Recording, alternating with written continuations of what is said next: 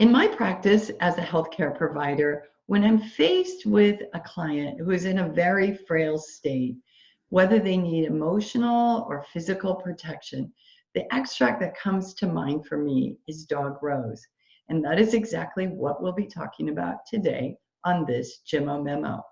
I'm Lauren Hubele. I'm a health coach and Gemmotherapy expert. And I'm here with two amazing colleagues who will be helping me share with you about Gemmotherapy extracts, particularly today, dog rose. Teri, thanks for joining us. I'm so happy to be here. Hello, everyone. I will just reiterate that I am very involved in plant medicine and really happy to have explored and learned through Lauren more about this particular branch of plant medicine, which was new to me until recently. So it just rounds out everything that I already know. As an herbalist, I'm just looking for the plants in my area that I can use to treat acute minor conditions. Beautiful. Glad you're here. And Megan, good to see you. Good to see all of you too. Thanks for joining. My name is Maegan Lemp and I practice acupuncture, Japanese bodywork, and Gemmotherapy. Wonderful. So let's tell these folks about dog rose. Teri, what can you tell us about the shrub of dog rose besides it's absolutely beautiful? You have to love this plant. It has so many wonderful uses and it is beautiful. Rosa canina is in the Rosaceae family, like some of the other plants we've already discovered and more to come. A very large family of plants, 2,500 at least. This plant is found at the edges. It's found at the edges of woods, at forests, fields, and I've even seen it growing in Denmark alongside beaches. So there it is not quite so tall, but normally near the forest, the edges of the woods, it can get up to 16 feet tall and just weaves its way in through the other trees as support. It is tough, it's fast growing, and it has multiple arching stems that are covered with short, tough, curved thorns. The leaf edges are finely serrated, like most roses that you can imagine, and the flowers are 5-petaled, and in this case they're white and pink together. Blooming in May to June in most of North America. It could be earlier in other parts of the world. The flowers are followed by bright red hips called hips, or the fruit of the plant, and that would be August to October, although they remain on the plant and are good food for birds and other small animals. Wow.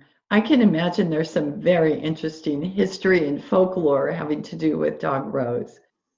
Well, I'd be very surprised if you could find a culture that does not have historical uses or mythology for this plant. It is everywhere. There have been fossils found in Montana that are 35 million years old of this plant. The evidence of cultivation goes back about 3,000 years as far as we know in Greece and China. And you may have heard stories about Cleopatra that covered her room in roses. She bathed in rose water in order to seduce Mark Antony. The Persian word for rose is jewel. I don't know if that's the correct pronunciation, but G-U-L, which is closely related to another word in Persian that means spirit. And I have even had a dessert from a Mediterranean restaurant called julabi, which is a nice sweet pastry that's drenched in rose water and honey. It's delicious if you ever get a chance to try it. There's also legal terms that have come from this plant. The legal term sub rosa means the reference to the Roman practice of hanging a rose blossom above a conference table, which would signify anything that took place during that meeting would be held in confidence. We could expect it to be held in confidence. Mary Magdalene had several rose names attached to her, one of them including the Rose of Sharon, which again is a reference to several other plants. It's a common name. It's used to reference to a lot of plants around the world. In Germany, of course, we're back to the area where there's lots of spirits and dwarves and elves. They say that the fairies and the dwarves protect this plant. And if you think of the story of Beauty and the Beast, this was the mistake that Beauty's father made was to pluck a rose from beast's garden, and it caused all kinds of havoc there. And I think one of the most fascinating parts is the fact that cathedrals throughout the world have what they call a rose window. And this dates back thousands of years, but the Rosicrucians used the rose for their secret symbol. And this was an ancient secret society that started way back in the Egyptians, I want to say, I don't know, BC for sure. And was the modern iteration, if you can call it modern, was around the 1600s. So at that time, these people were very interested in the usual religious practices and beliefs combined with occultism and metaphysics. And they were very challenging to the Christian church. And so there's some back and forth, but if you've read any Dan Brown novel or any of those sorts of things, you might have seen something referring to this. The rose also, of course, has been referenced by many musicians, many authors, poets, as far back as Homer, Shakespeare, of course, Chaucer. And I just think, how many songs have roses in them? And you being in Texas, the yellow rose of Texas is right there, the wild Irish rose, and so on. So it's really prominent in a lot of cultural and historical references. Wow. Wow. Each one of those would have its own thread of questions I can see as follow-ups. Thank you for enlightening us. Teri, what do you see as the potential in this plant for medicinal purposes? Well, it's funny that all parts of this, including the roots, have been used herbally, except for the seed, because the seed is very itchy, scratchy, and in fact, it was kind of a joke to throw the seeds down someone's back and call it itchy, scratchy plant or something like that.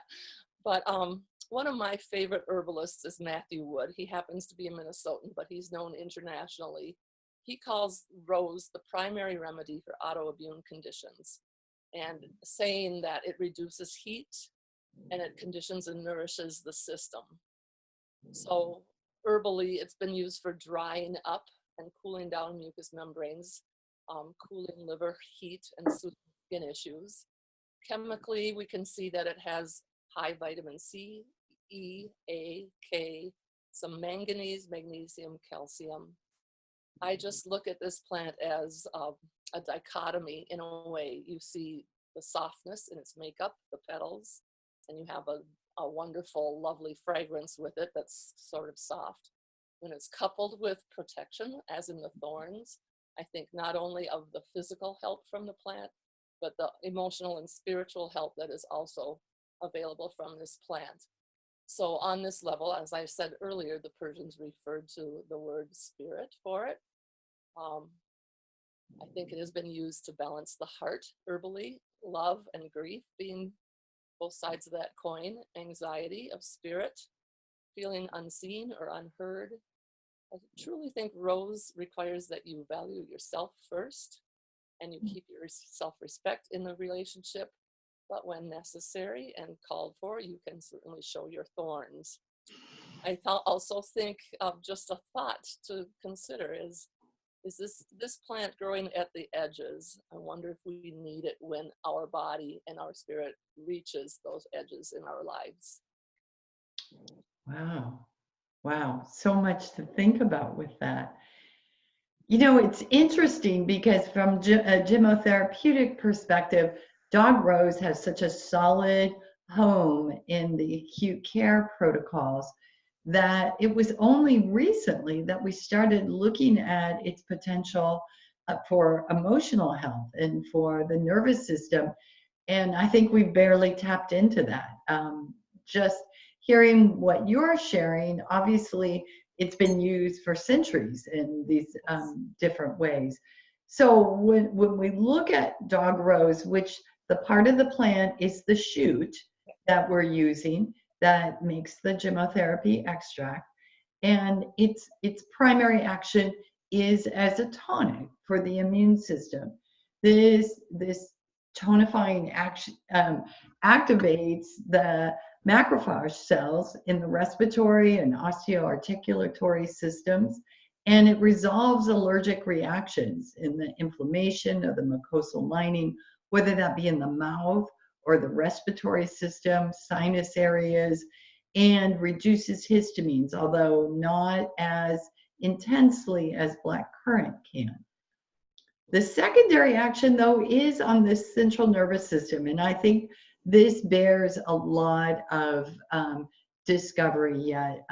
We will continue to focus on this, but we have discovered in microdoses it being wonderful for resolving hysterical states and calming, offering a general soft calming, very much like the blossoms, right? It stimulates osteoblast cells to promote the healthy development of bones and teeth, especially for children. So in my practice for years and years and years, I always thought of this as a children's remedy. And then in a class I was teaching recently with new practitioners from all over the world, one of them joined in and said, I'm here because I had this incredible experience with my 85-year-old mother who nothing was helping her convalesce and recuperate from this major surgery and illness that she'd had. And someone had recommended Gemmotherapy. And she said, not knowing anything about it, I ordered a bottle of dog rose. And this was a woman she was trying to treat her mother who hadn't been able to raise her head off her pillow in bed since this procedure. And within minutes, she said, of the dog rose hitting her tongue, her strength came back. And she was within an hour sitting up, and by the end of the day, moving about, which made her quite the believer. But it made me realize how beautiful this could be at the different ends of life and for these frail states, right? So in acute, it has a very solid home for sinusitis, whether in allergies, headaches, swelling of the adenoids, and headaches, as I mentioned, it's combined with common fig. For the nervous system and microdoses, I think we need to look at it for anyone feeling frail emotionally or physically. And that can be very short term, and then things open up for a different acting extract. But I think much like dog rose restores a sense of protection, like a hedgerow. So when we think of that picture comes to mind, it's very clear. The period needing this, I have found to be relatively short. Maybe it's a handful of days, maybe it's a week or so. And then for chronic symptoms, again, my experience in my practice has always been with children, but now it's become commonplace to give it out to elderly for general immune support, for any chronic symptoms involving the mouth or respiratory tract or sinuses, for children needing support in development of teeth and bones, and if they have recurring respiratory infections, children particularly, combined with silver fir and silver birch. It not only promotes the strength of their immune system, but harmonizes their growth too, which are intertwined. So that's quite a bit about dog rose from the bottle and from the perspective of Gemmotherapy. Maegan, what can you share with us about the Asian medicine lens? Yes, dog rose, I have to say, is one of my favorite extracts. I do have young kids in the house, and I've used it quite successfully for myself and for them, but I'm very interested in exploring it, and I can see its relevance at any age. Dog rose is primarily a lung and kidney support extract. So it's straddling both sources of qi. It's straddling the kidney qi that we inherit ancestrally, and it's supporting the postnatal qi, which we make on a daily basis. It's such an important extract because it supports, if we're talking about pediatrics, if we're talking about any age, it supports the lung energy. It supports our breath, our respiratory system. It supports our immune system and our most outer layer of defense against pathogens and the outer world. It also supports the kidney, which if we think about trees, kidney is our most foundation, our most ancestral energy. It acts as the roots of our tree as a human. The chi that acts as our savings account for our whole life is our kidney energy, is our prenatal energy, and it supports a healthy development for both the body and the brain as we move through each phase of life. As you can remember from some of our other discussions where we're talking about the two sources of chi, Asian medicine defines our prenatal chi as our kidney chi, and we're supporting that in this situation. And we're also supporting our postnatal chi, which is the chi that's developed by the digestion and the lungs from food, fluid, and breath.